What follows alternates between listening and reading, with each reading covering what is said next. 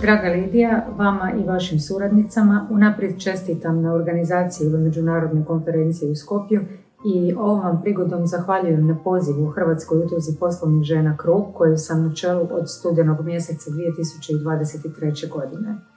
Nakon dugogodišnjeg bavljenja politikom, različitih profesionalnih izazova i u sustavu obrazovanja, ali i u politici, od 2020. godine i sama sam ušla u svijet poduzetništva i gospodarstva, realnog sektora i radim kao menadžerica u Atlantskoj plovidbi u Dubrovniku u međunarodnoj brodarskoj kompaniji.